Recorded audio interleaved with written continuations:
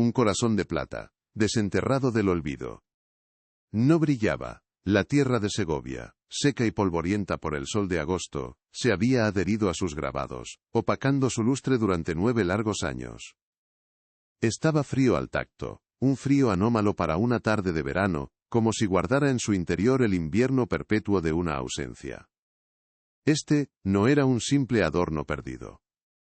Era un relicario, un guardián de secretos que se creían sepultados para siempre junto con los recuerdos de aquel fatídico día. El pequeño cierre, obstinado por el óxido y la presión del suelo, se negaba a revelar lo que ocultaba en su interior, transformando un simple hallazgo en el prólogo de una historia que se resistía a morir, una historia que estaba a punto de reescribirse con la misma fuerza con la que la tierra lo había ocultado. Nos encontramos en agosto de 2008. La finca de los Rivas, a las afueras de la majestuosa Segovia, era un esqueleto de lo que un día fue. Sus muros de piedra, testigos de risas y celebraciones, ahora soportaban el peso del silencio y la maleza. La familia estaba considerando venderla, un intento desesperado por cortar el último lazo físico con la tragedia que la había marcado a fuego. El aire olía a polvo, a romero silvestre y a una tristeza estancada, que ni las corrientes de la sierra de Guadarrama lograban disipar. Cada rincón, desde el porche desvencijado hasta el viejo roble centenario que dominaba el jardín, parecía susurrar un nombre: Clara. Un nombre que se había convertido en un tabú, una herida que, aunque cubierta, jamás había cicatrizado del todo en el corazón de la familia. Leo Soto, con la inocencia blindada de sus 8 años, no entendía de fantasmas ni de pasados dolorosos. Para él, la finca era un vasto territorio de aventuras, un mapa del tesoro donde cada piedra levantada podía esconder una maravilla. Mientras sus padres discutían en voz baja los detalles de la venta, él jugaba cerca del roble, cavando con una pala de plástico en la tierra compacta que rodeaba sus raíces. No buscaba nada en concreto, solo la emoción del descubrimiento. Y entonces, la pala golpeó algo duro, un sonido metálico, hueco y prometedor. Apartó la tierra con sus pequeñas manos, con la respiración contenida, y de la oscuridad emergió el medallón, sucio y deformado, pero inconfundiblemente un corazón. Un tesoro. Corrió hacia su madre, Elena, con el trofeo sujeto en su puño cerrado. «Mamá, mira lo que encontré», gritó, con la alegría pura de un niño que no tiene idea del cataclismo que está a punto de desatar. Elena Rivas se giró, una sonrisa cansada en su rostro que se congeló al instante. El mundo se detuvo, el aire de agosto se volvió denso, irrespirable. Su mano tembló al rozar el objeto que su hijo le ofrecía. Era idéntico al que ella misma llevaba colgado al cuello, el que nunca se quitaba. El corazón de plata que su abuela les había regalado a ella y a su hermana gemela. Pero este no era el suyo.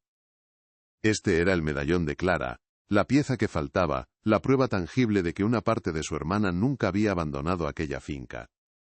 La imagen se superpuso con una claridad brutal. 12 de junio de 1999, el día de su boda con Javier. El sol brillaba con una intensidad casi ficticia, la música fluía por los jardines, y el aroma de las flores se mezclaba con la felicidad general. Todo era perfecto, casi dolorosamente perfecto. Elena recordaba el reflejo en el espejo. 2 novias, aunque solo una llevara el vestido blanco. Ella y Clara, idénticas en rostro pero opuestas en espíritu. Elena, la serena; Clara, la tormenta. Ambas llevaban sus medallones de corazón, un símbolo de su vínculo inquebrantable. Un vínculo que estaba a solo unas horas de hacerse añicos de la forma más cruel e inimaginable, dejando un vacío que ni el tiempo ni el amor podrían llenar jamás. Clara. Su recuerdo era un destello de luz y caos.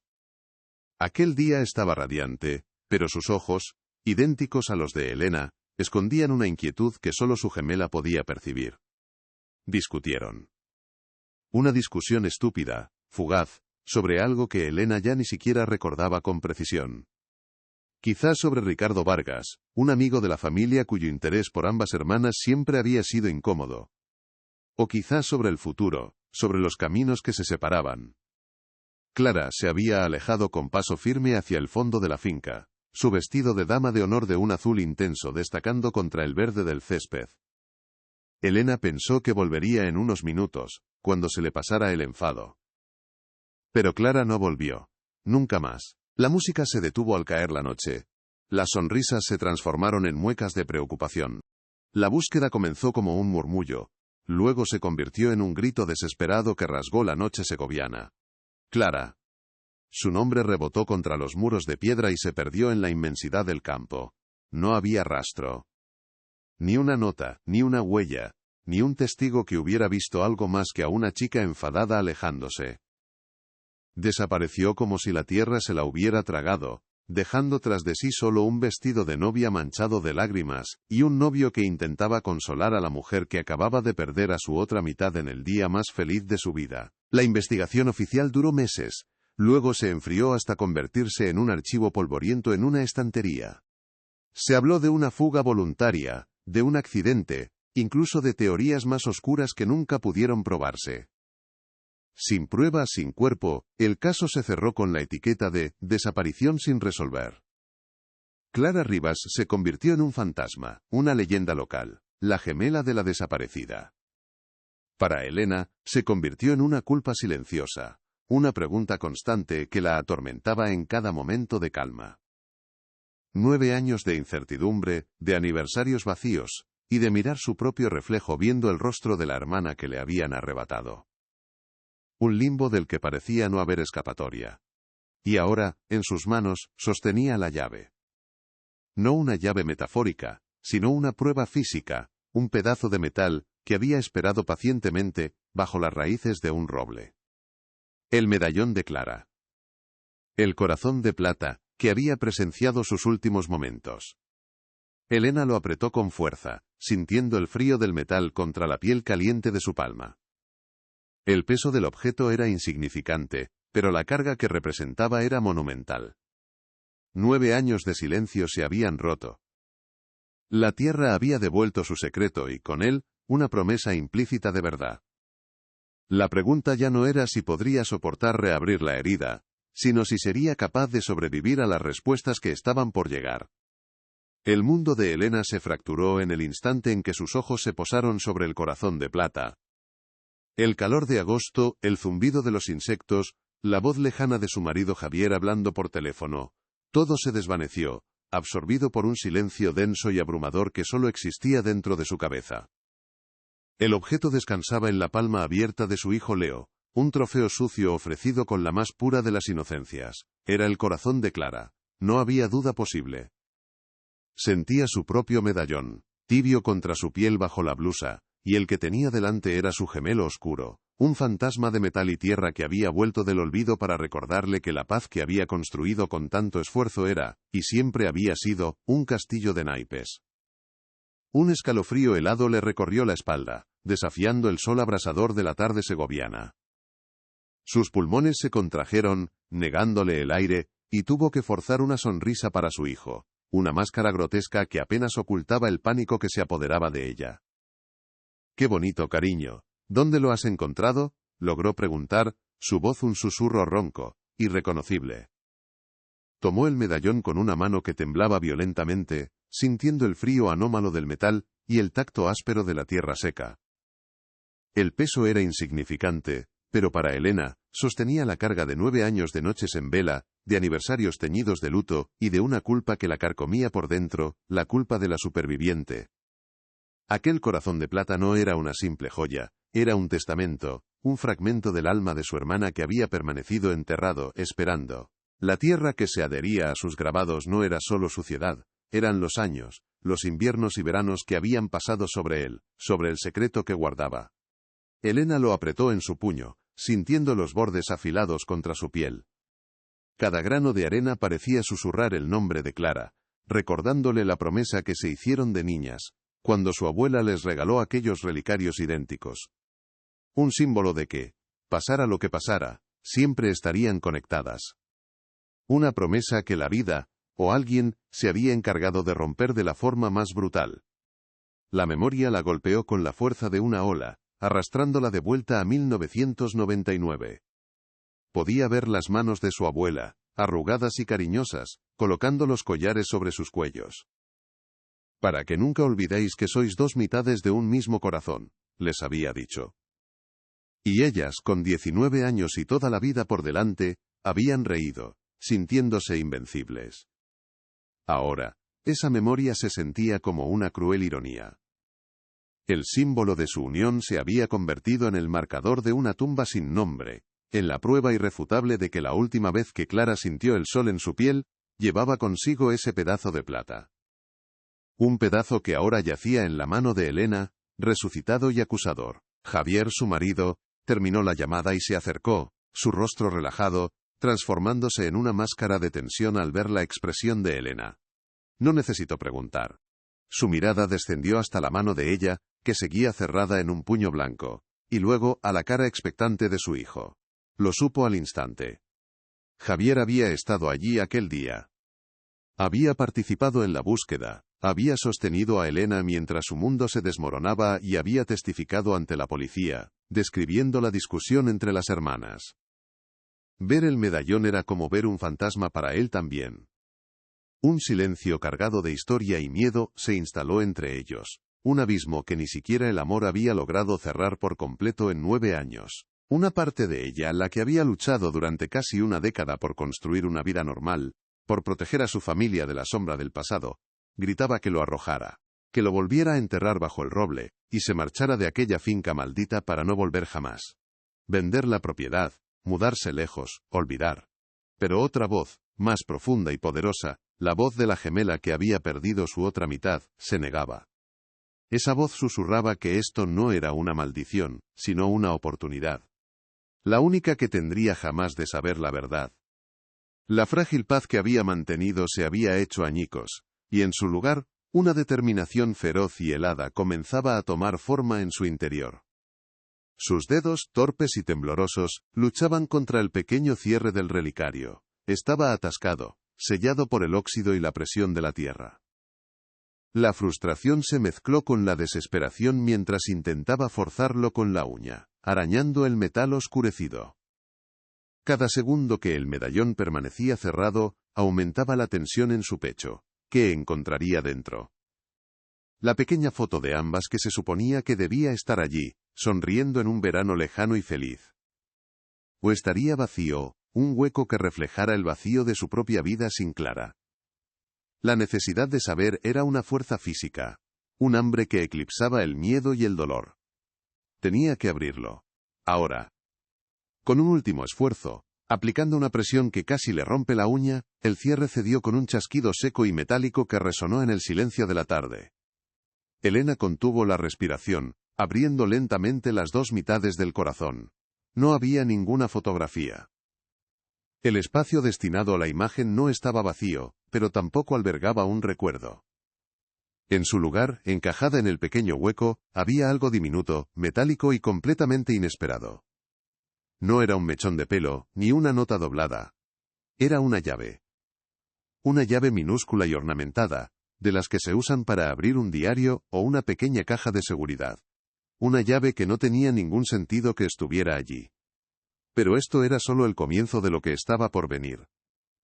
Si esta historia ya te ha atrapado, si sientes el frío del metal en tus propias manos, ayúdanos a que llegue a más gente. Dale a me gusta, comparte este vídeo, y suscríbete al canal activando la campanita para no perderte ni un solo detalle de lo que está a punto de descubrirse. Y cuéntanos en los comentarios desde dónde nos estás viendo. Ahora ponte en el lugar de Elena por un momento. ¿Qué harías tú en una situación así? ¿Crees que soportarías que el fantasma de tu ser más querido regresara, no con un mensaje, sino con una llave en la mano? La llave.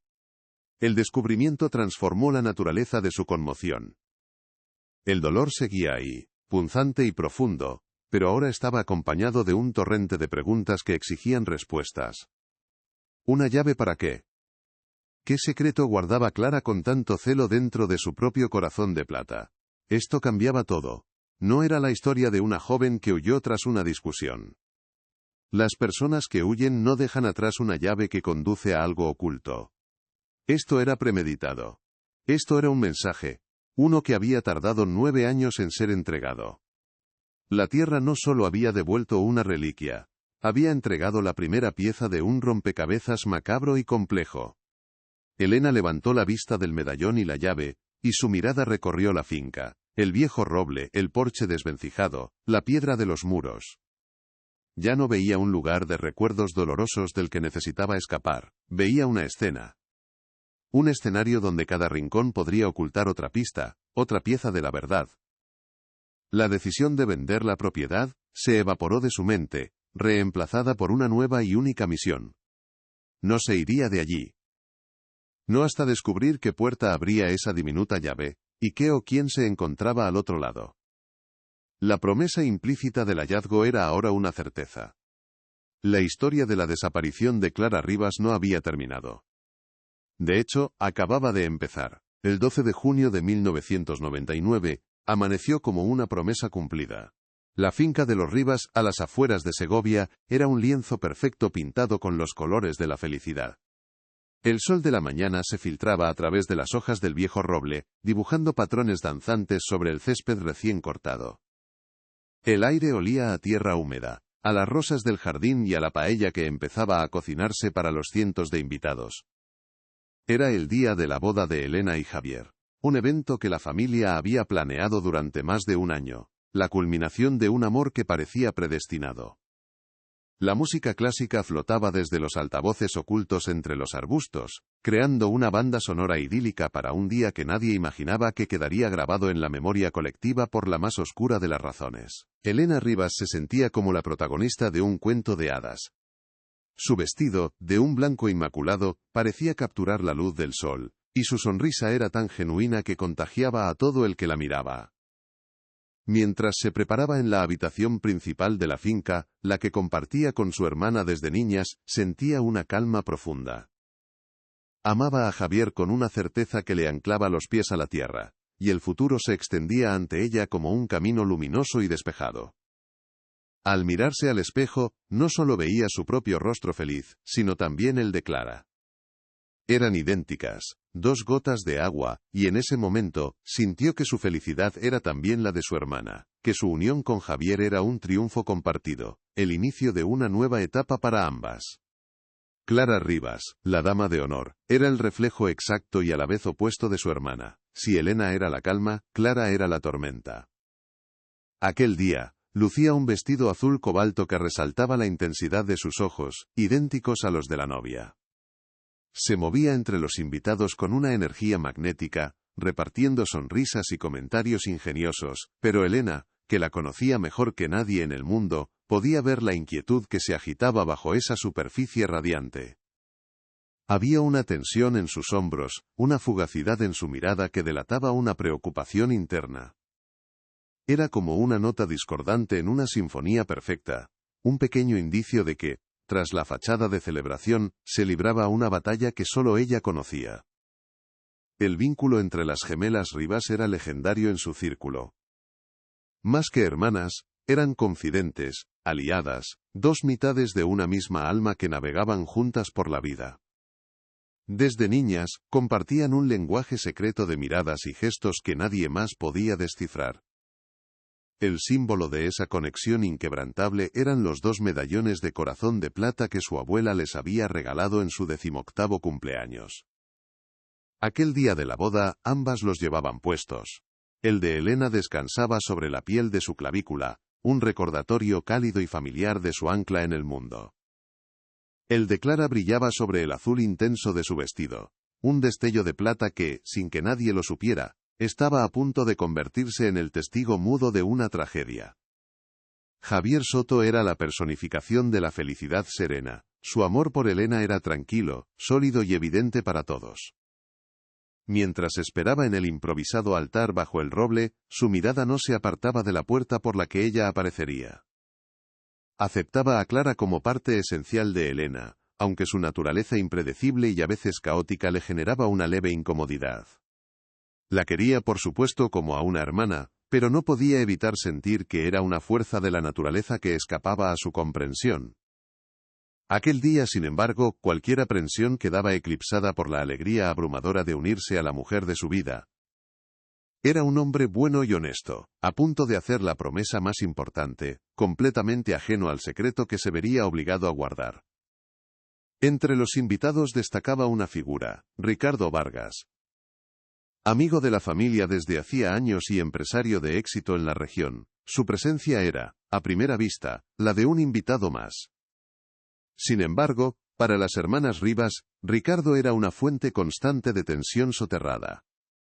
Su carisma ocultaba una naturaleza posesiva, y su atracción por ambas gemelas era algo que había evolucionado de un halago juvenil a una obsesión incómoda y a veces palpable.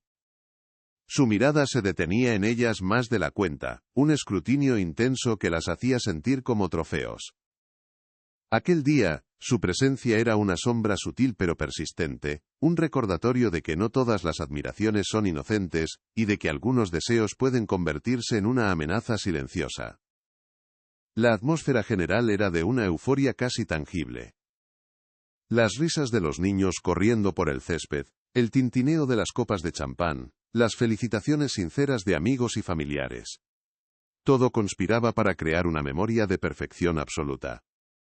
Sin embargo, bajo esa capa de felicidad desbordante, las pequeñas fisuras comenzaban a ser visibles para quien supiera dónde mirar.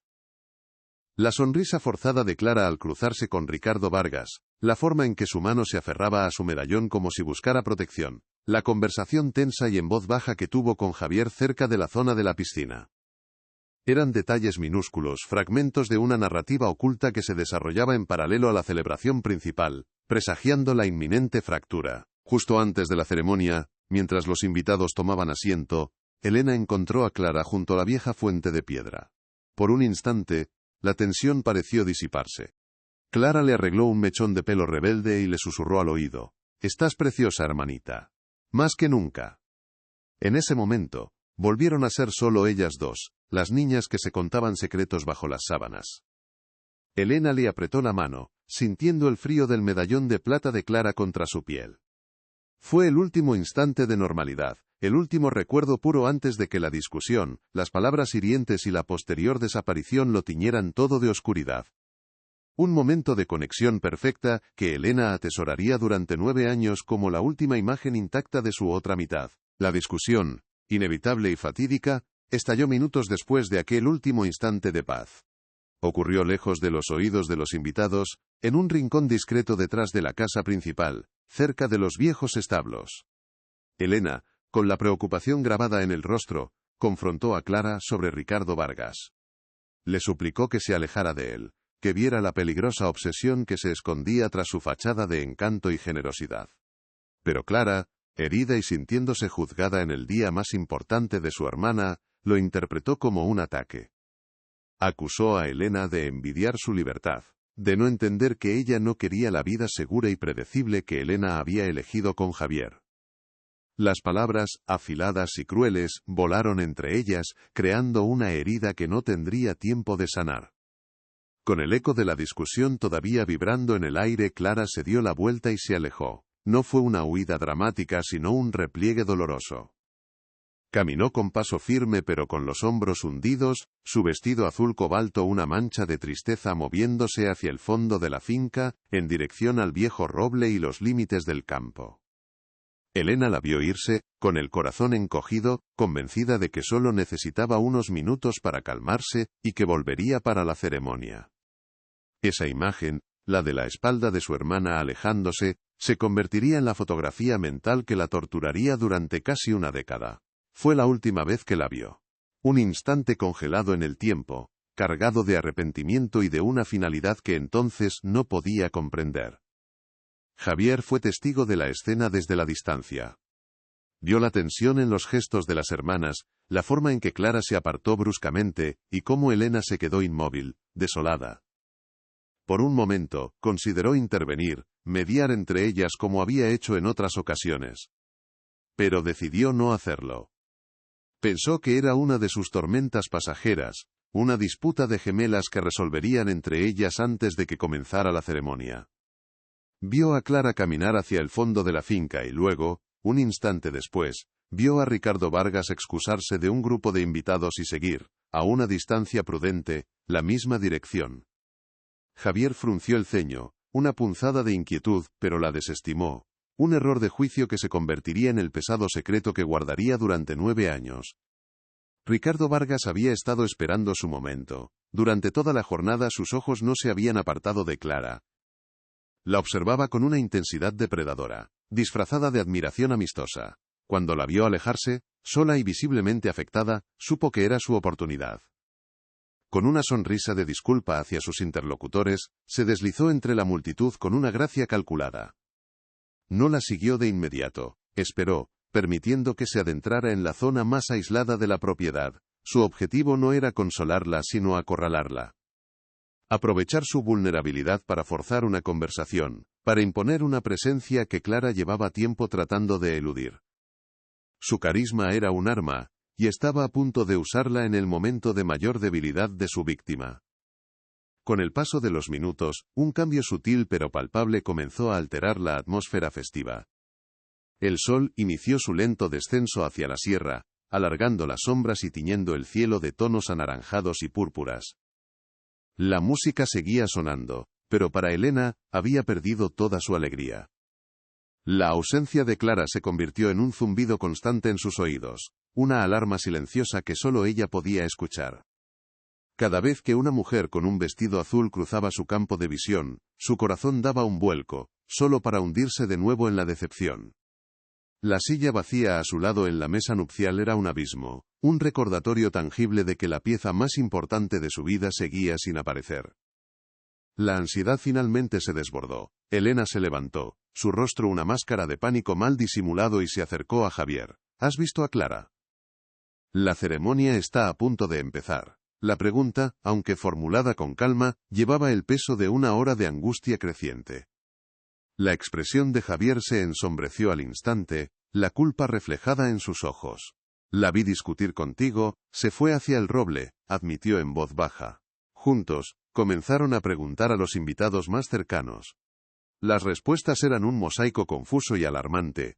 Creí que estaba ayudando con las flores. Me pareció verla hablando con Ricardo Vargas cerca del pozo. No la he visto desde hace más de una hora.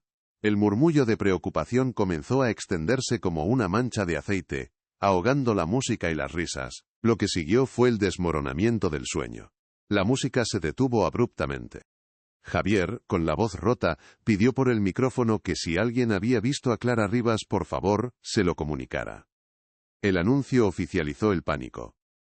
Los invitados se levantaron de sus asientos, sus rostros reflejando una mezcla de confusión y miedo. La boda se había cancelado.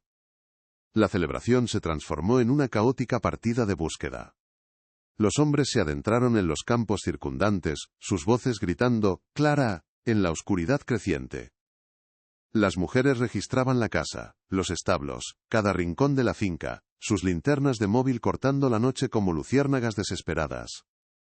El escenario idílico se había convertido en un laberinto de terror. Elena corría descalza por el césped húmedo, su vestido blanco impoluto ahora manchado de tierra y arrastrado por la desesperación. Su garganta estaba en carne viva de tanto gritar el nombre de su hermana, un nombre que la noche se tragaba sin devolver respuesta. Cada sombra parecía una figura, cada susurro del viento una voz. La discusión se repetía en su mente, cada palabra hiriente un puñal de culpa. El día que debía simbolizar el comienzo de su nueva vida, se había convertido en la crónica de una pérdida insoportable. Mientras la noche se cerraba por completo sobre la finca de Segovia, una verdad devastadora se asentó en su alma. Clara no estaba. Se había desvanecido, dejando tras de sí solo un silencio atronador y un corazón de plata que pronto sería engullido por la tierra. Con la diminuta llave de plata reposando en la palma de su mano, Elena sintió como el caos de su mente se cristalizaba en una única y fría resolución. El mundo exterior con sus sonidos y colores, se había vuelto borroso, un telón de fondo para la misión que acababa de nacer en su interior. Miró a Javier, cuyo rostro reflejaba una mezcla de miedo y una culpa que ella no terminaba de comprender, y supo que este camino debía recorrerlo sola, al menos al principio. La decisión de vender la finca se había evaporado como el rocío de la mañana. Ahora, este lugar maldito se había transformado en el epicentro de su universo, el punto cero de una investigación que la policía había abandonado hacía 9 años. No se trataba solo de encontrar respuestas para su paz mental, sino de hacer justicia por Clara, una justicia que había sido enterrada junto a su medallón. De vuelta en la casa bajo la luz amarillenta de una lámpara de mesa, Elena examinó la llave con una atención casi forense. No era una llave corriente. Era pequeña, ornamental, con un diseño intrincado en la cabeza y un vástago delicado. Estaba hecha para una cerradura de precisión, como la de un joyero o una caja de seguridad. Mientras la giraba entre sus dedos, un detalle casi imperceptible captó su atención.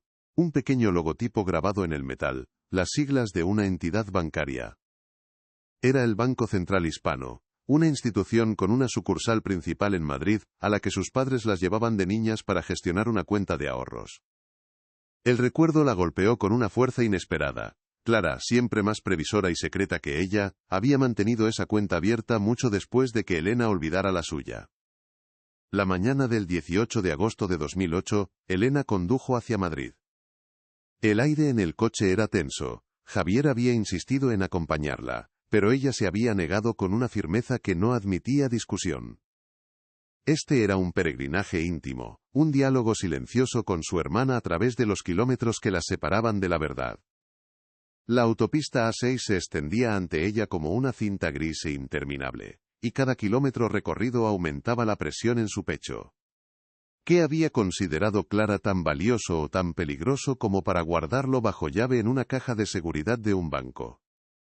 La pregunta rebotaba en su mente, generando escenarios que iban desde lo mundano hasta lo terrorífico. No sabía qué esperaba encontrar, pero sentía, con una certeza visceral, que lo que fuera cambiaría el curso de su vida para siempre. El edificio del banco en el Paseo de la Castellana era una fortaleza de mármol y silencio. Al entrar, el frío del aire acondicionado y la atmósfera solemne del lugar contrastaron brutalmente con el torbellino emocional que la consumía. Se acercó al mostrador con pasos vacilantes, sintiéndose una impostora. Explicó su situación a un empleado de rostro impasible, presentando la llave, una fotocopia del DNI de Clara que había guardado entre sus propios documentos y el certificado de desaparición. El proceso fue lento, burocrático, cada firma y cada verificación una tortura que alargaba la agonía de la espera. Se sentía observada, juzgada, una mujer removiendo un pasado que todos, incluido el sistema, preferían dar por cerrado. La normalidad del procedimiento hacía que la situación pareciera aún más surrealista. Finalmente, fue conducida a una sala privada en el sótano. Un cubículo austero con una mesa y 2 sillas. El empleado depositó sobre la mesa una caja metálica, larga y estrecha, con el número 347 grabado en una placa de latón. «Dispone de todo el tiempo que necesite», dijo antes de cerrar la puerta tras de sí, dejándola sola con el eco de sus palabras y el latido desbocado de su propio corazón. El silencio era total, opresivo. Con manos temblorosas, introdujo la pequeña llave en la cerradura. El chasquido metálico al girar resonó como un disparo en la quietud de la sala. Contuvo la respiración y con un movimiento lento y deliberado, levantó la tapa. Dentro, sobre un lecho de terciopelo granate desvaído, no había joyas, ni dinero, ni documentos legales. Solo había un objeto, un diario de tapas de cuero azul oscuro. El corazón de Elena se detuvo por un instante. Era el diario de Clara, uno que le había regalado por su 18º cumpleaños, y que creía perdido hacía mucho tiempo. Lo tomó en sus manos, sintiendo la textura suave y gastada del cuero. En la primera página, con la caligrafía elegante e inconfundible de su hermana, leyó una frase que la heló hasta los huesos. Propiedad de Clara Rivas. Si estás leyendo esto, significa que ya no estoy aquí para detenerte.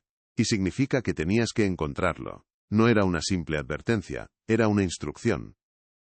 Un mensaje enviado desde el otro lado del abismo del tiempo. El diario no era solo un registro de sus pensamientos, era una cápsula del tiempo diseñada para ser abierta solo en el peor de los escenarios. Un testamento final. Con un nudo en la garganta, comenzó a pasar las páginas. Las primeras entradas, de finales de 1998 y principios de 1999, estaban llenas de la vida y los sueños de una joven a punto de florecer. Hablaba de sus estudios de arte, de sus planes de viajar, de sus frustraciones con sus padres y de sus esperanzas para el futuro de Elena y Javier. Sin embargo, a medida que se acercaba la primavera de 1999, el tono del diario comenzó a cambiar sutilmente. La escritura se volvió más apretada, las frases más cortas. El nombre de Ricardo Vargas, que antes aparecía de forma esporádica y casual, ahora dominaba las páginas, pero no como un interés romántico, sino como una sombra, una presencia constante y no deseada, que la hacía sentir observada y acorralada. Llegó a la última página escrita, la fecha, 11 de junio de 1999, la víspera de la boda. La caligrafía era casi un garabato, las palabras atropelladas por la urgencia y el miedo. Me ha amenazado hoy en el pueblo. Dice que la boda de mañana no cambia nada, que si no soy suya no seré de nadie. He intentado hablar con Javi, pero cree que exagero. Elena está demasiado feliz para ver el peligro. Mañana, antes de la ceremonia se lo contaré todo, con pruebas. Dejo esto aquí por si algo sale terriblemente mal. Él no sabe de esta llave. Es mi único seguro. Elena cerró el diario de golpe, el aire escapando de sus pulmones en un sollozo ahogado.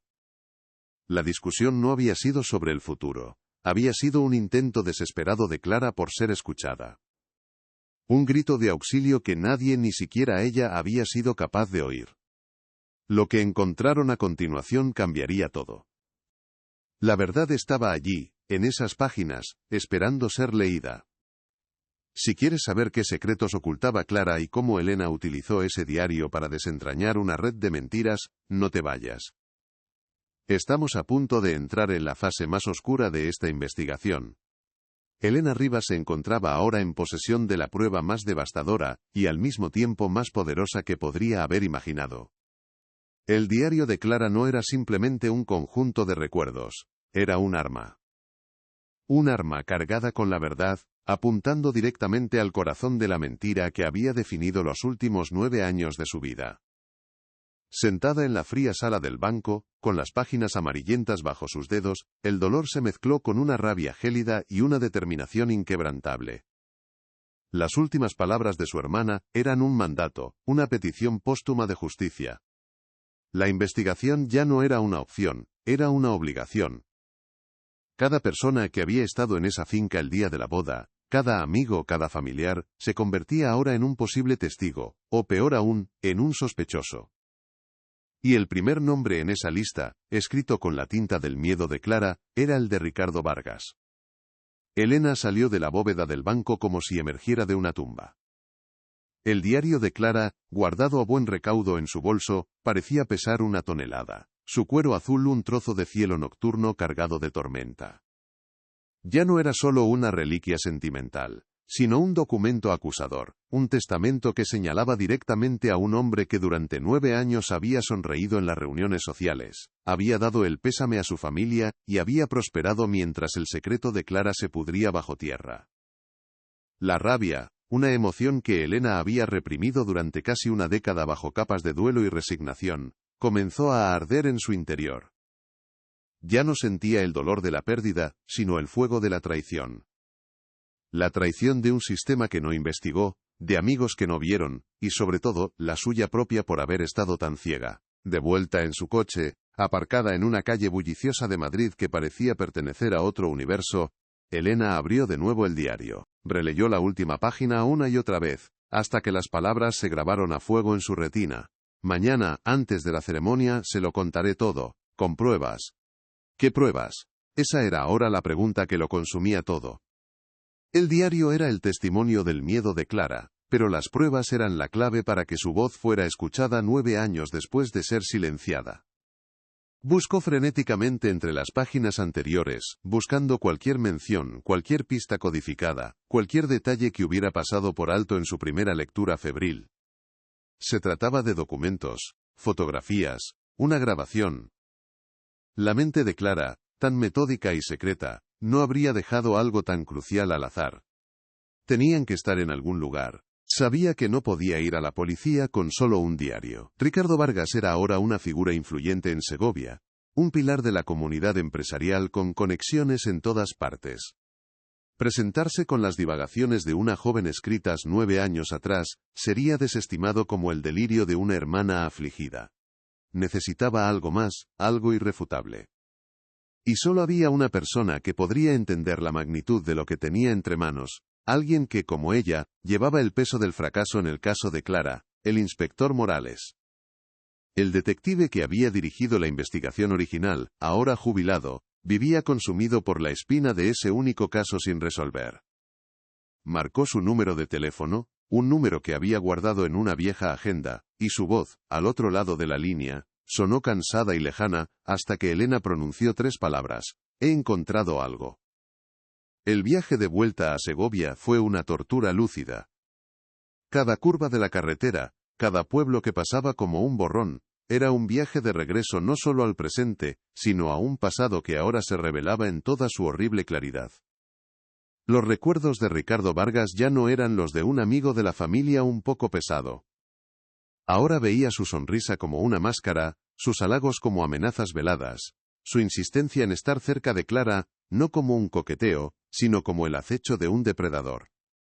Recordó conversaciones, miradas, gestos que en su momento parecieron insignificantes, y que ahora se ensamblaban como las piezas de un mosaico de terror. El aire acondicionado del coche no podía enfriar el sudor helado que le recorría la espalda. No volvía a casa, descendía a un infierno que había estado bajo sus pies todo el tiempo. La casa del inspector Morales olía a papel viejo, a tabaco y a obsesión. Las estanterías se combaban bajo el peso de archivadores y carpetas, monumentos a una vida dedicada a los secretos de otros. Morales, más encorvado y con más canas de las que Elena recordaba, la recibió con una mirada que mezclaba la compasión con el escepticismo. Sin decir una palabra, Elena colocó el diario azul sobre su escritorio de madera maciza. El inspector lo tomó con la reverencia de quien recibe un artefacto sagrado. Sus ojos, acostumbrados a leer la mentira, recorrieron las páginas con una velocidad asombrosa, deteniéndose en la última entrada. El silencio en la habitación se hizo tan denso que se podía cortar. Cuando levantó la vista, el cinismo había desaparecido de su rostro, reemplazado por una intensidad feroz que Elena no había visto en 9 años. «Dios mío», susurró. «Siempre lo supe». Morales se levantó y se dirigió a un archivador metálico en un rincón.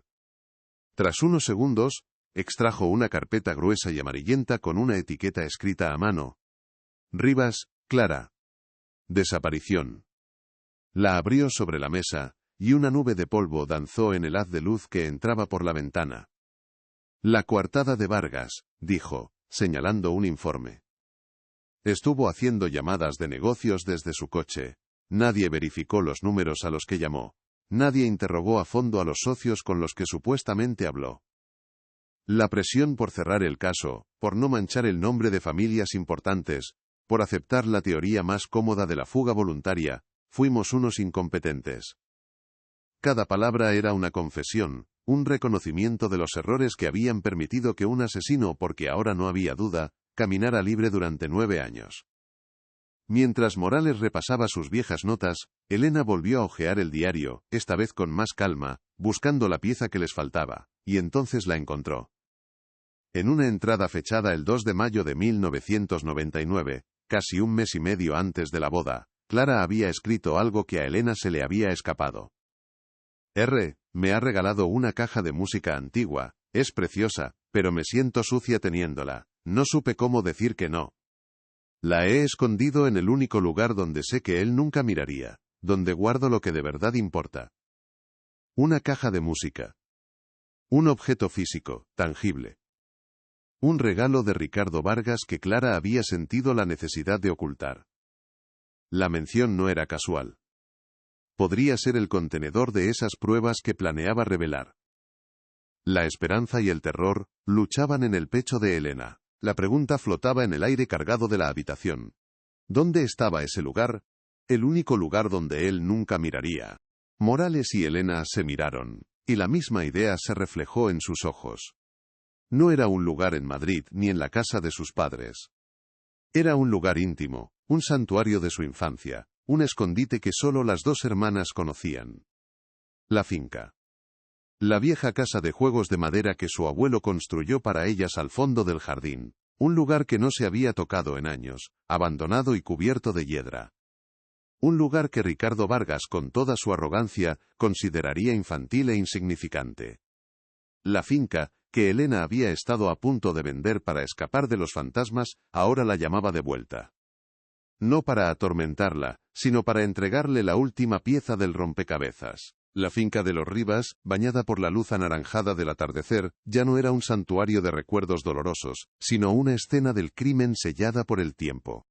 Elena y el inspector Morales regresaron no como una familia que visita su pasado, sino como dos forenses del alma, buscando desenterrar una verdad podrida.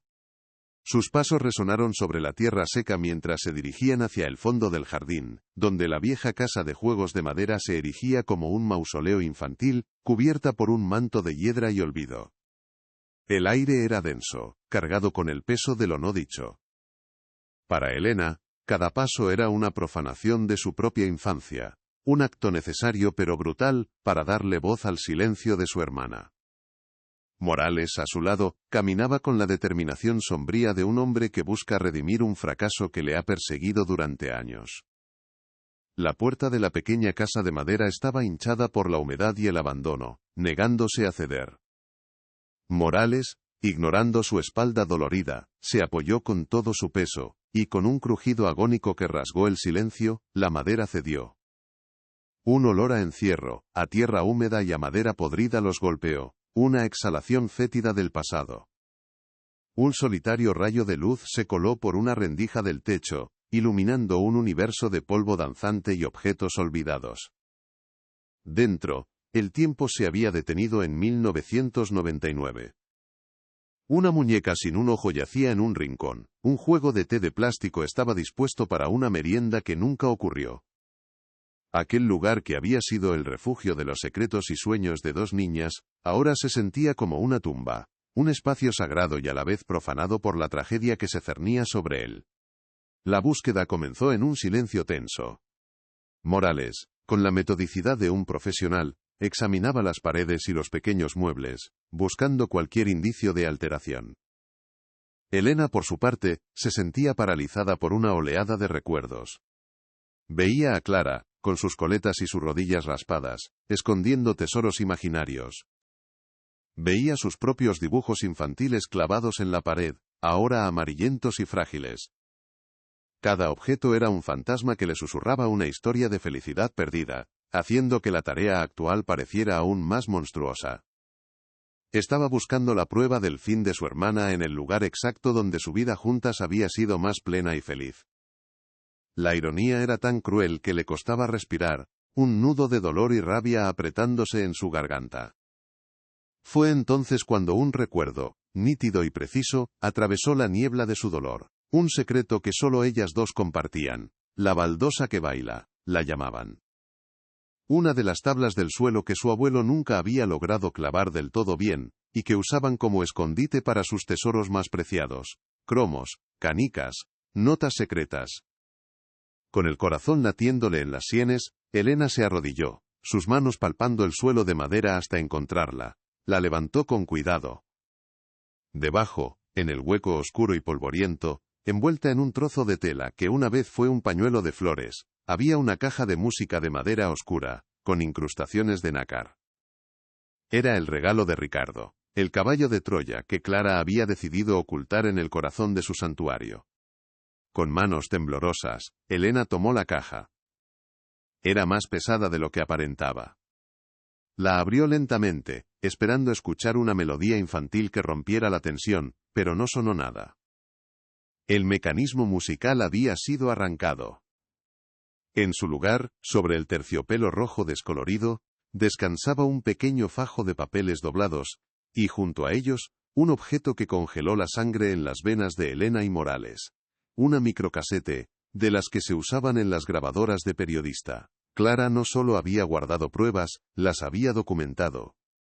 Había creado un dossier, un archivo secreto contra el hombre que la aterrorizaba, usando la inocencia de un regalo para ocultar la evidencia de su maldad. La caja de música no era una reliquia, era un kit de supervivencia.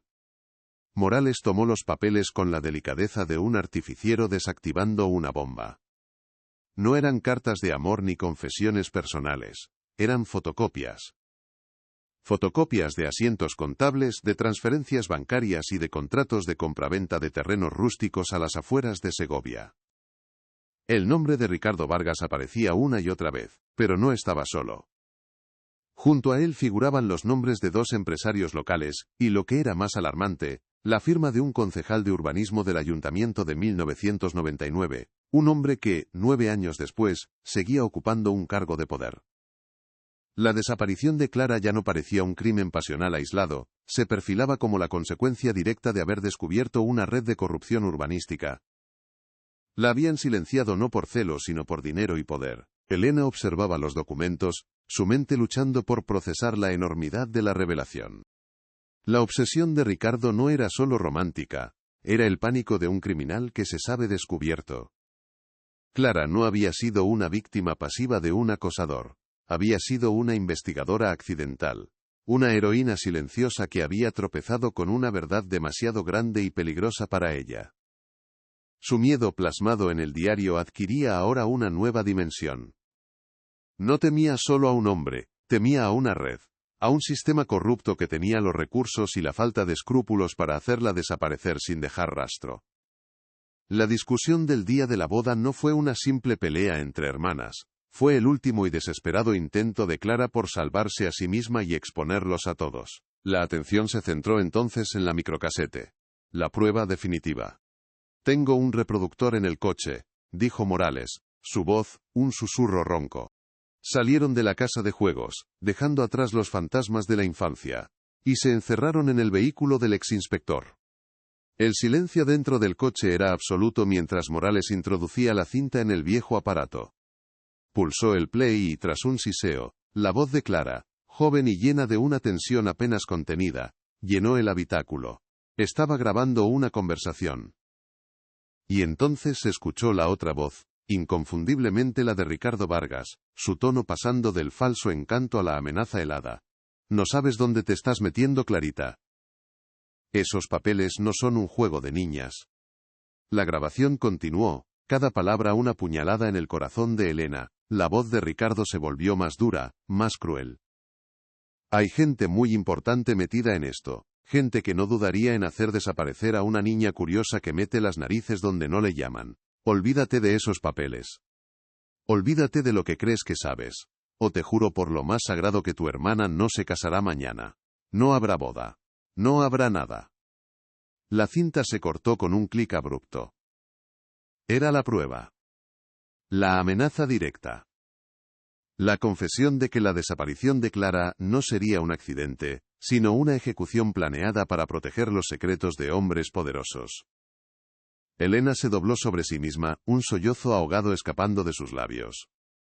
El rostro de Morales era una máscara de furia y frustración, esto lo cambiaba todo.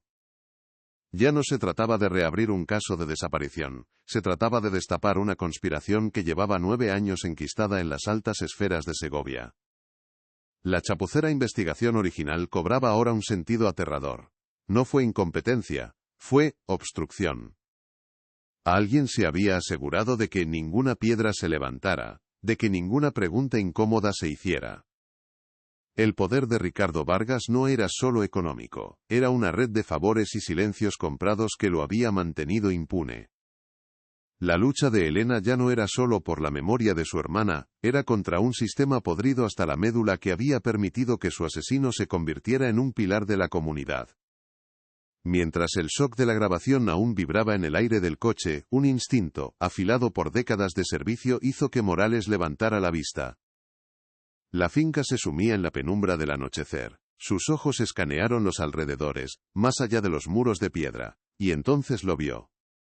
Al final del camino de tierra que llevaba a la propiedad, parcialmente oculto por unos árboles, había un coche oscuro. No estaba allí cuando llegaron. Sus luces estaban apagadas, una silueta amenazante esperando en la oscuridad. No era una coincidencia. Alguien sabía que estaban allí. Alguien los había seguido.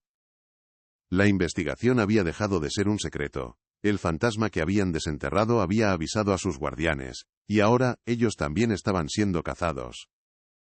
El pánico es una descarga eléctrica, fría y paralizante. Elena se quedó sin aliento, su mano instintivamente buscando la manija de la puerta.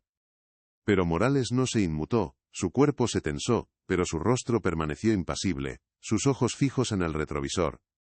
«No corras», susurró, su voz era un ancla en la tormenta de miedo de Elena. «Saben que los hemos visto. Correr es una confesión.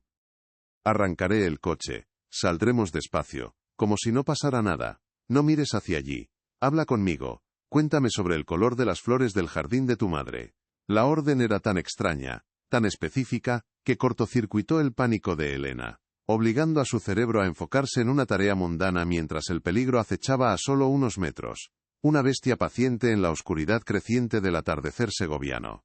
El juego había cambiado drásticamente. Ya no eran cazadores, eran la presa. El viaje de vuelta no fue una huida, sino una retirada estratégica. Una danza tensa en las carreteras secundarias de Segovia. Morales conducía con una calma antinatural, tomando desvíos sin sentido aparente, observando constantemente los espejos. El coche oscuro lo siguió durante 10 minutos, una presencia silenciosa y ominosa que no intentaba acercarse, solo recordarles que estaban allí, que su anonimato se había evaporado. Luego, tan repentinamente como había aparecido, se desvió y desapareció en la noche. No hubo alivio, solo la confirmación de una verdad aterradora. El mensaje había sido entregado con una eficacia brutal. Sabemos quiénes sois. Sabemos lo que estáis haciendo. Y podemos llegar a vosotros cuando queramos. Cada cruce, cada faro que aparecía detrás de ellos, se convirtió en una nueva fuente de paranoia, transformando el paisaje familiar en un territorio hostil y lleno de amenazas invisibles. De vuelta en la seguridad precaria del despacho de Morales, la realidad de su descubrimiento se desplegó sobre la mesa como un mapa hacia el infierno. Los documentos, la cinta, ya no eran solo pruebas de un asesinato. Eran la radiografía de un cáncer que había metastatizado en el corazón de la ciudad. El concejal de urbanismo implicado en los papeles de Clara, Miguel Herrero, no solo seguía en el cargo, sino que ahora era teniente de alcalde, un hombre con un poder inmenso. La trama de corrupción urbanística que Clara había descubierto no era un pequeño negocio sucio, era la base sobre la que hombres como Ricardo Vargas y Herrero habían construido sus imperios. Silenciar a Clara no fue un acto pasional, fue una decisión de negocios, una medida de control de daños para proteger una operación multimillonaria que seguía activa y próspera 9 años después. Morales, con el peso de la experiencia y el cinismo, supo que estaban superados. Intentar llevar esto a la comisaría local era un suicidio. La red de Vargas y Herrero tendría oídos en cada despacho. No podemos confiar en nadie de la vieja guardia, sentenció, pasando una mano cansada por su rostro. Necesitamos a alguien de fuera, alguien limpio. Sus ojos se iluminaron con una idea remota, una última carta por jugar. Hay una inspectora nueva, Sofía Rivas. Sin parentesco, pura coincidencia. La trasladaron desde Madrid hace un año. Es joven, ambiciosa, experta en delitos económicos y tecnológicos y no le debe favores a nadie en esta ciudad. Es nuestra única oportunidad de que esa cinta y esos papeles no acaben en una trituradora o en el fondo de un cajón. Es arriesgado, pero es la única vía. Para Elena, el miedo adquirió una nueva forma, más visceral y concreta que el fantasma de su hermana. Ya no se trataba de un dolor del pasado, sino de una amenaza palpable contra su futuro, contra su familia. La imagen de su hijo Leo, desenterrando inocentemente el medallón, se superpuso con la imagen del coche oscuro esperándolos. Había arrastrado a su familia al centro de una conspiración peligrosa. Una parte de ella quería tomar el diario, la cinta y los papeles y quemarlos, volver a enterrar el secreto y proteger a los suyos. Pero la voz de Clara en la cinta, llena de terror y determinación, resonó en su mente. Rendirse ahora sería traicionarla por segunda vez. Sería permitir que su sacrificio no sirviera para nada. La decisión la partió en dos, pero la lealtad a su gemela muerta ganó la batalla. Protegería a su familia, sí, pero lo haría exponiendo la verdad, sin importar el coste. La comisaría de Segovia era un mundo diferente al del despacho polvoriento de Morales. La inspectora Sofía Rivas los recibió en una oficina minimalista y aséptica que olía a café y a eficiencia. Era una mujer de unos 30 y pocos años, con una mirada directa y analítica que parecía capaz de ver a través de las paredes. Escuchó el relato de Morales con paciencia profesional, su rostro sin revelar ninguna emoción. Cuando Elena comenzó a hablar, con la voz rota por la emoción y el miedo, la inspectora Rivas asintió con una compasión contenida pero distante. Para ella, al principio, no eran más que un detective jubilado con una obsesión y una hermana afligida aferrada a una teoría de la conspiración. Un caso frío, reabierto por el dolor, algo que había visto demasiadas veces. La burocracia y el escepticismo eran su armadura. Fue en el momento en que Elena, con un gesto que desafiaba el temblor de sus manos, pulsó el play del reproductor de microcasetes sobre la mesa de metal, que la atmósfera cambió por completo. La voz de Clara, joven y asustada, llenó el silencio de la oficina, seguida por la de Ricardo Vargas, goteando una amenaza helada. La inspectora Rivas se inclinó hacia adelante, su armadura de escepticismo resquebrajándose con cada palabra. Ya no era un relato de segunda mano, era una prueba tangible. El sonido de una amenaza de muerte, grabada y conservada durante 9 años. Cuando la cinta terminó con un clic, el silencio que quedó fue pesado, acusador. Sofía Rivas levantó la vista, y en sus ojos ya no había distancia, sino la luz depredadora de una investigadora que acaba de encontrar la pista que puede definir su carrera. La máscara de escepticismo de la inspectora Rivas se desvaneció, reemplazada por una seriedad de acero. Esto lo cambia todo, afirmó, su voz firme. Tomó la cinta y los documentos y los selló en bolsas de evidencia. A partir de este momento, esto es una investigación oficial de alto riesgo. La cinta será enviada a Madrid para su autenticación forense. Los documentos serán analizados por nuestra unidad de delitos económicos. Inspector Morales, le agradezco su ayuda, pero ahora usted y la señora Rivas deben apartarse. No hagan nada, no hablen con nadie. Son testigos civiles y ahora potencialmente objetivos. Cualquier movimiento en falso podría alertar a Vargas y a sus socios y destruir el caso. Déjenos hacer nuestro trabajo.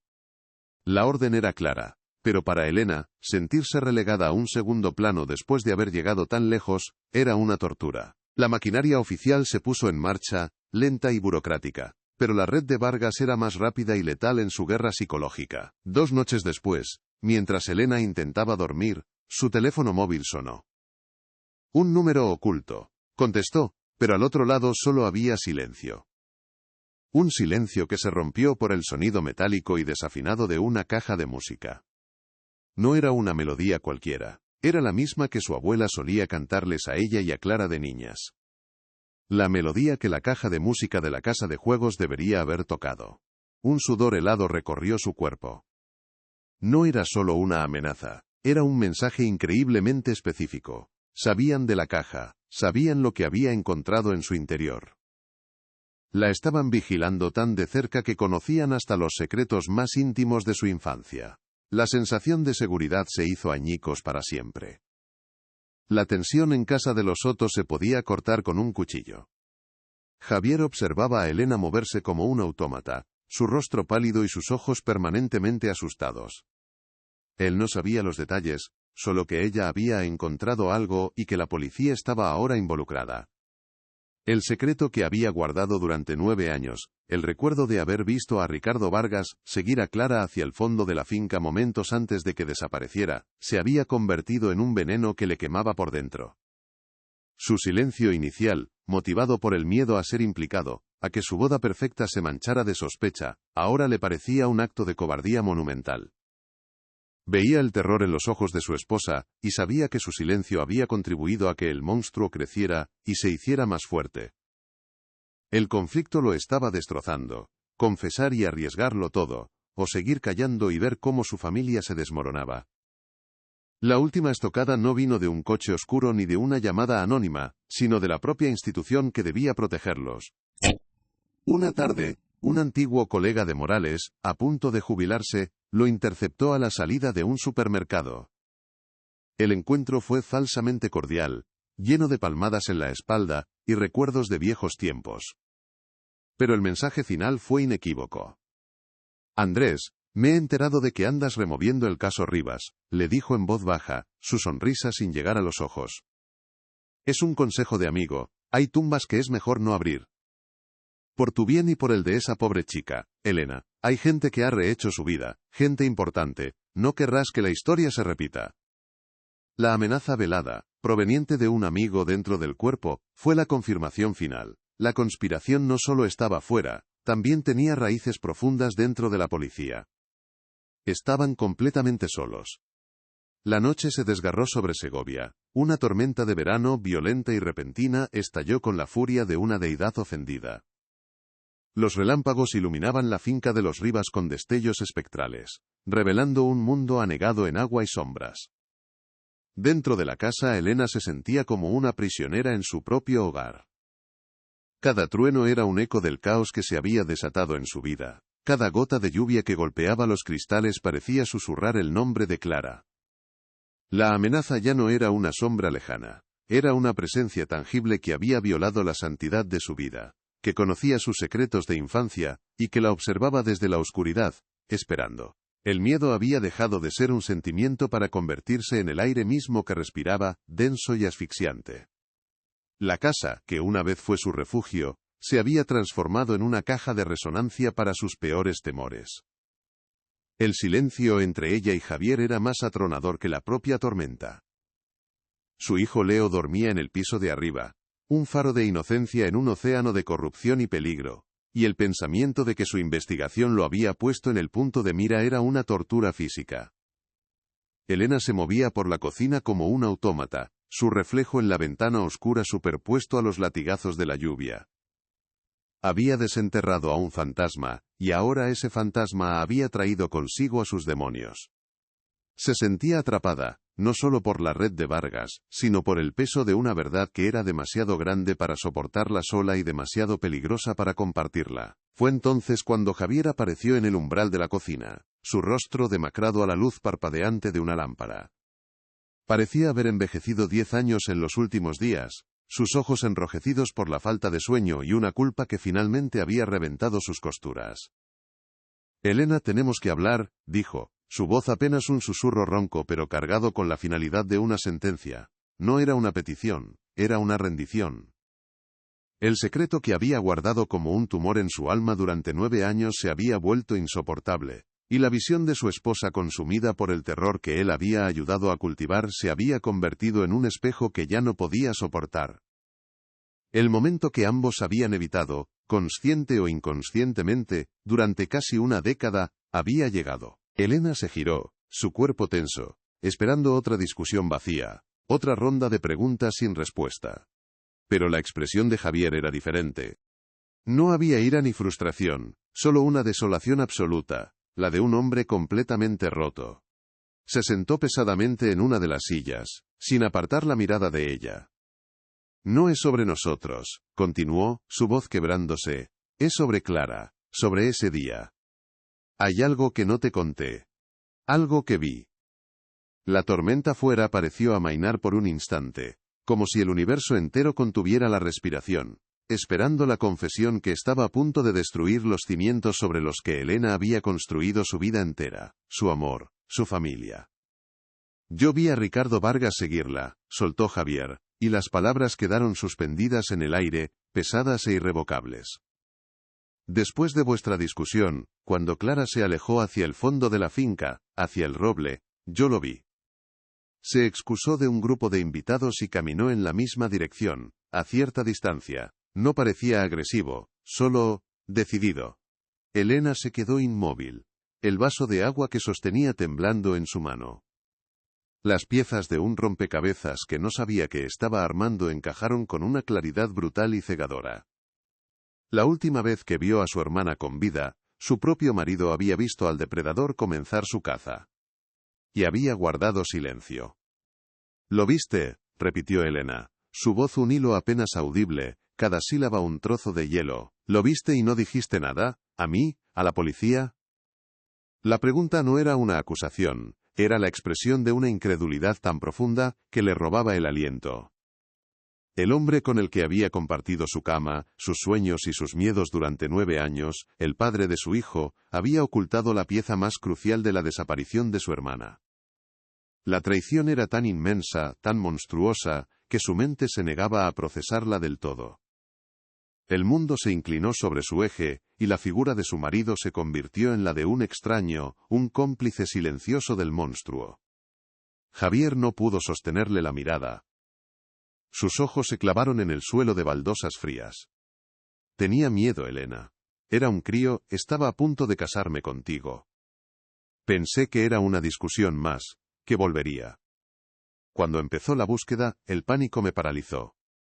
Si decía que los había visto juntos, me convertirían en el principal sospechoso. La policía, tu familia. Todos pensarían que yo tuve algo que ver. No quería que el día más feliz de nuestra vida se convirtiera en mi peor pesadilla. Fui un cobarde. Un cobarde egoísta, y he vivido con ello cada maldito día desde entonces. Su confesión era un torrente de excusas que sonaban patéticas incluso para él, pero eran su verdad. Pero la confesión no había terminado, el verdadero veneno aún no había sido inoculado.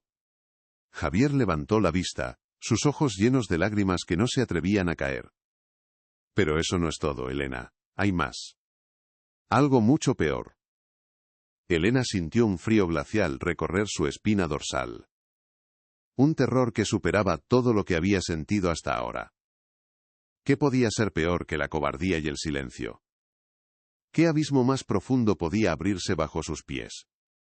La respuesta llegó, y fue el golpe de gracia que hizo añicos lo poco que quedaba de su mundo. Cuando la búsqueda oficial se detuvo por la noche, yo volví a salir solo, continuó Javier, su voz temblando sin control. Fui a la zona del viejo pozo, al límite de la finca. Y lo encontré allí. A Ricardo.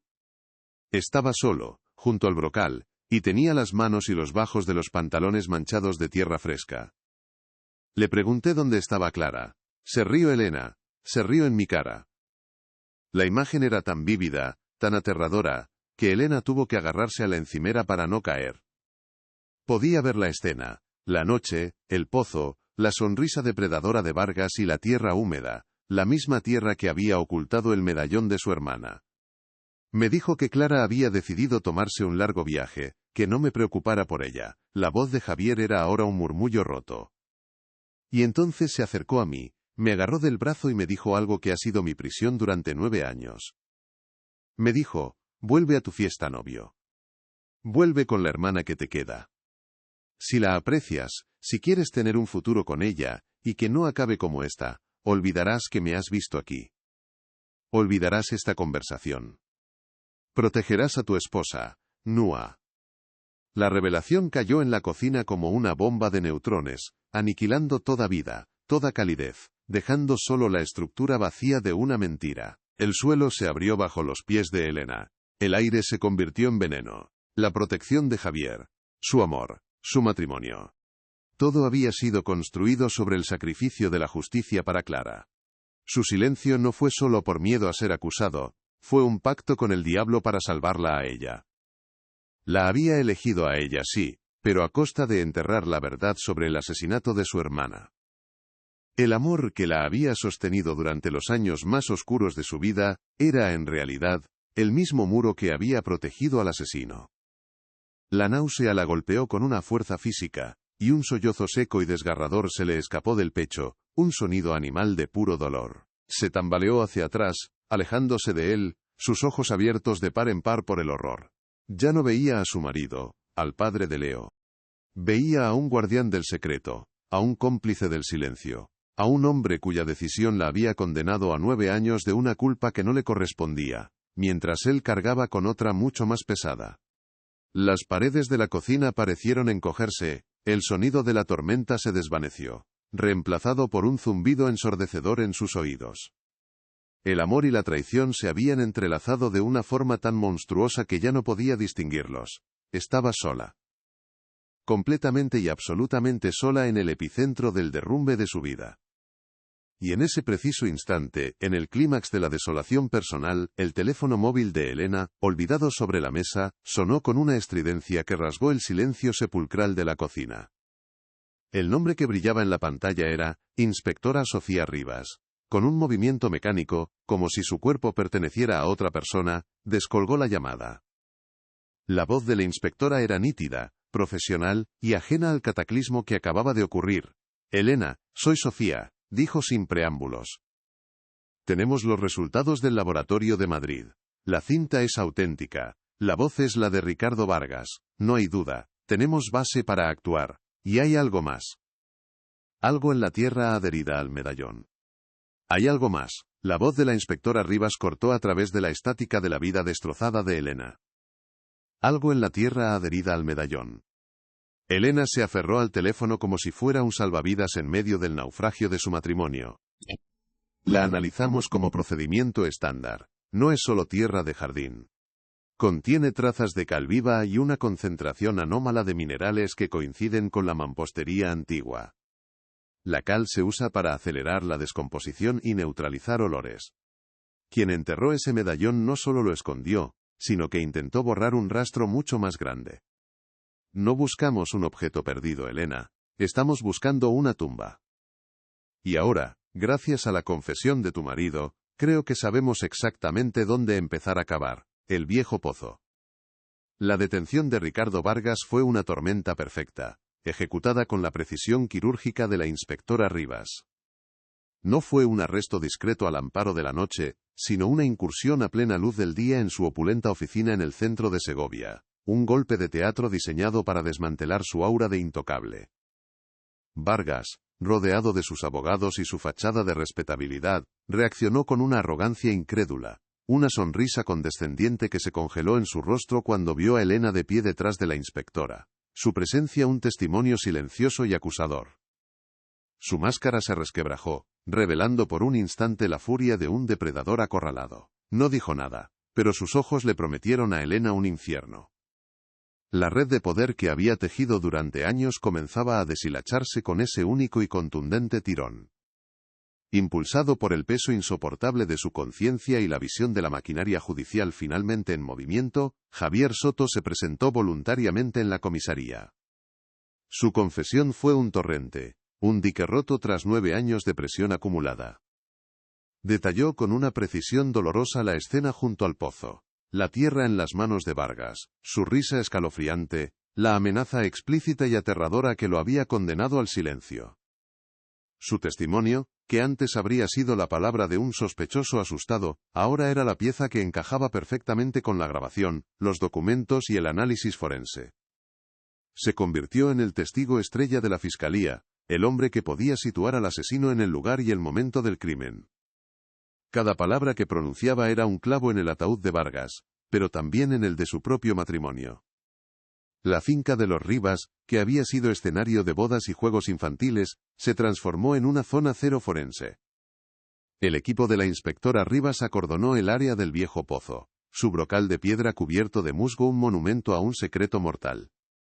La excavación comenzó bajo la mirada morbosa de los medios de comunicación, cuyas cámaras transformaban una tragedia íntima en un espectáculo nacional.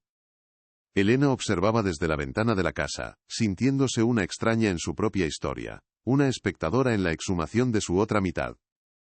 El sonido rítmico de las palas contra la tierra era una cuenta atrás, cada palada acercándola a una verdad que anhelaba y temía a partes iguales. El cierre que buscaba estaba enterrado a pocos metros, y su descubrimiento sería a la vez una liberación y una condena perpetua a la certeza. Y entonces, lo encontraron. A una profundidad de 2 metros, bajo capas de tierra y cal, los restos de Clara Rivas emergieron a la luz. La identificación fue rápida, confirmada por los registros dentales y los jirones de tela azul cobalto, que aún se aferraban a los huesos, los últimos vestigios del vestido de dama de honor. El fantasma que había perseguido a Elena durante 9 años, la pregunta que la había consumido, finalmente tenía una respuesta física, brutal e irrefutable. No fue una fuga. No fue un accidente. Fue un asesinato. La tierra había devuelto no solo el medallón, sino también el cuerpo que guardaba, poniendo fin a la incertidumbre con la más cruel de las verdades. La desaparición de Clara Rivas se convirtió oficialmente en el homicidio de Clara Rivas. Y la investigación entró en su fase final y más oscura. El juicio fue un evento mediático que paralizó a Segovia y capturó la atención de todo el país. En el banquillo, Ricardo Vargas, con su traje caro y su expresión de mártir, parecía un actor interpretando el papel de su vida, junto a un Miguel Herrero cuyo rostro reflejaba el colapso de una carrera construida sobre la corrupción. La defensa intentó desacreditar a Clara, presentándola como una joven inestable y promiscua, y a Elena como una hermana vengativa y obsesionada. Pero la montaña de pruebas era insuperable.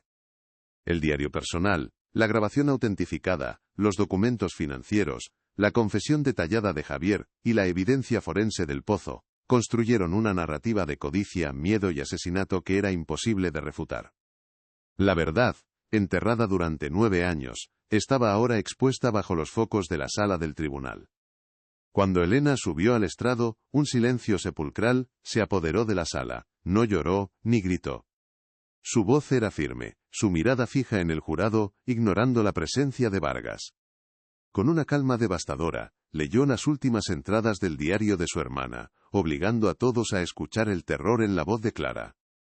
Describió el vínculo que compartían, el simbolismo de los medallones de corazón, y cómo el descubrimiento de su hijo había sido el catalizador de la justicia.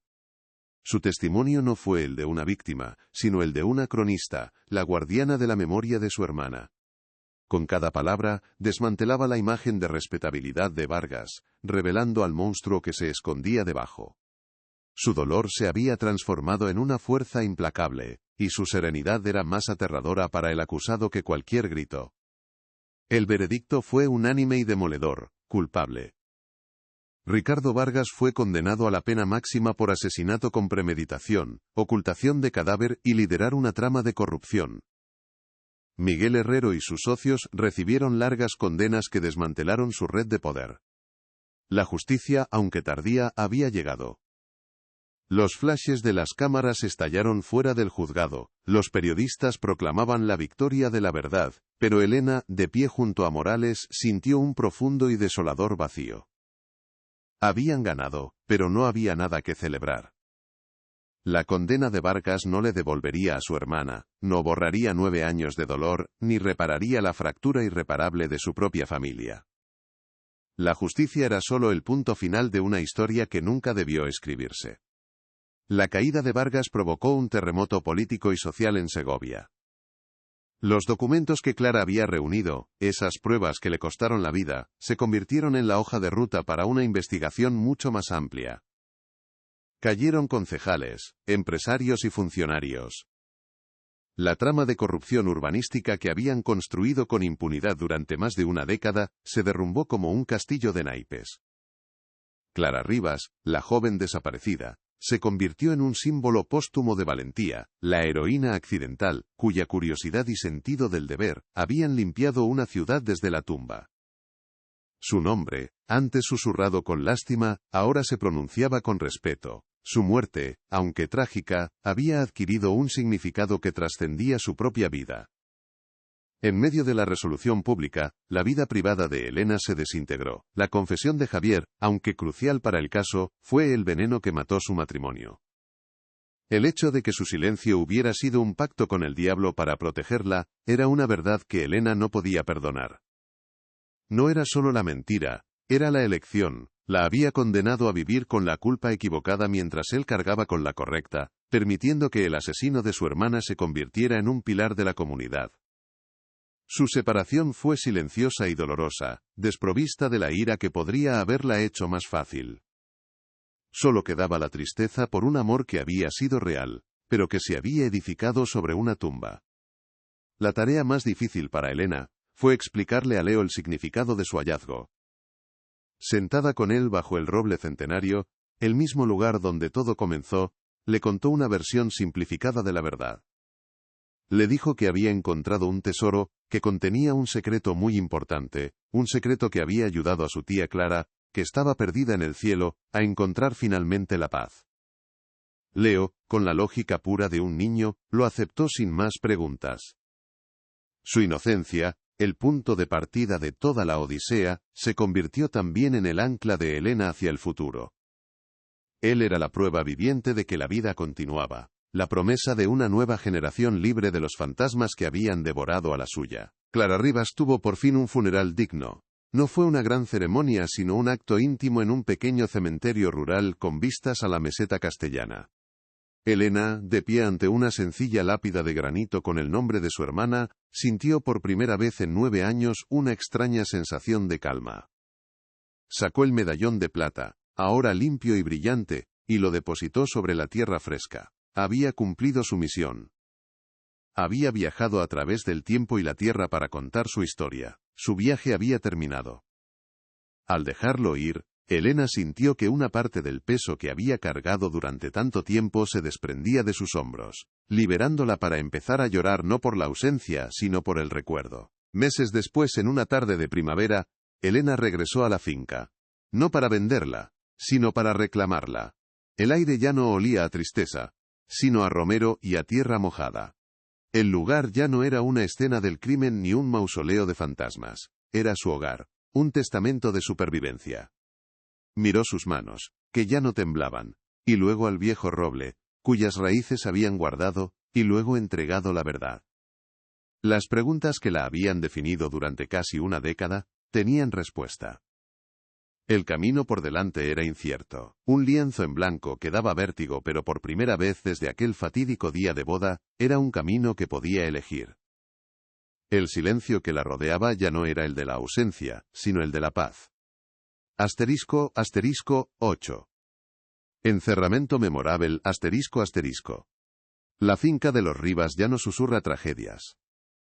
Con el paso de las estaciones, el aire pesado de Segovia ha sido purificado por el viento de la sierra y el sol de Castilla. Elena, a menudo, camina descalza sobre la misma tierra que una vez fue cómplice y testigo de un crimen atroz.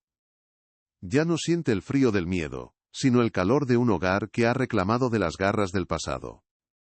El viejo roble, cuyas raíces guardaron el secreto durante 9 largos años, ahora parece un guardián silencioso, un monumento viviente a la resiliencia.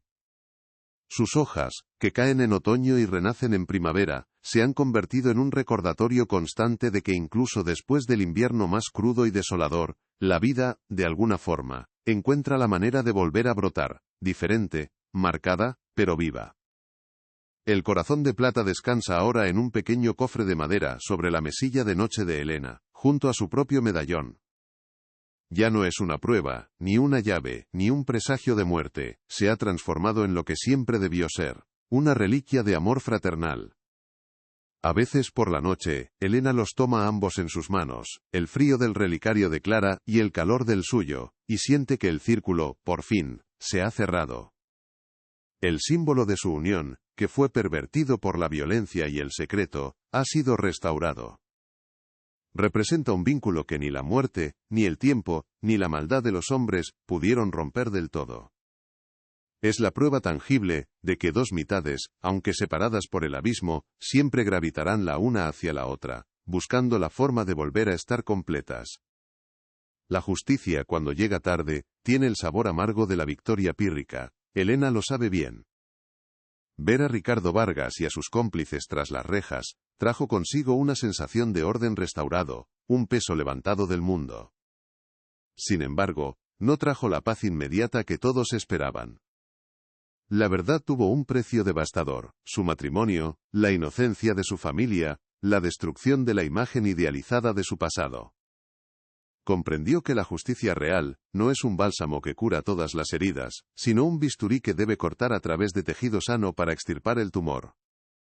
El proceso la dejó marcada, exhausta y profundamente cambiada, enseñándole que cerrar un capítulo no significa que las cicatrices de sus páginas desaparezcan del todo.